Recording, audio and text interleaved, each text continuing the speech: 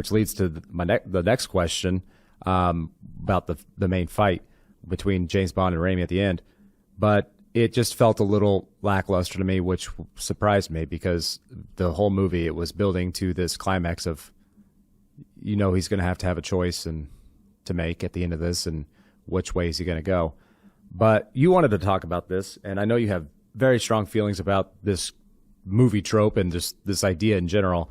But in the end fight between Rami Malek and James Bond, when Raimi sprays him with the Kool-Aid that is going to, if he touches his daughter and a wife, lover, that they would instantly kill him because it's the nanobite stuff. And Raimi says to James Bond, "You made me do this."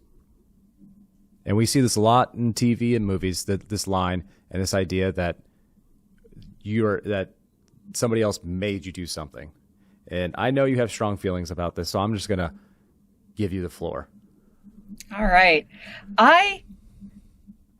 This is a very common trope, and it's a common trope because a lot of people do actually think this way. All right. They blame their own actions on externalities and outside influences, and they just don't take responsibility for what they themselves have chosen to do. And it's crap. It is a hugely unhealthy way of looking at the world.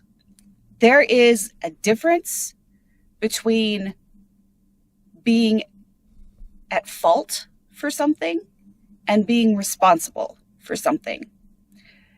Rami Malek's circumstances were not his fault. He was a child.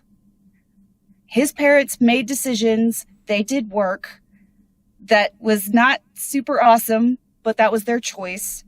Spectre made a choice when they came in and just murdered all of them.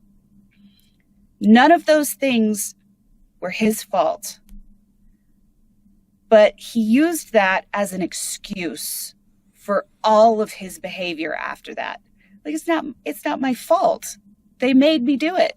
They are the ones who created this monster that you see before you. And no, honey, that's not how any of this works, actually. The circumstances were not your fault, but how you respond to them is your responsibility. And they are not the reason for the monster that we see before us.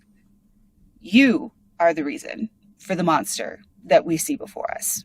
You made choices too after all of this. And what have you wrought? What was this worth it? To foist all of your sense of responsibility onto other people who you ultimately have no control over? Mm-hmm. You cannot go through your life thinking about the world that way and come out the other end a healthy, happy, functioning human being. This is how atrocities happen.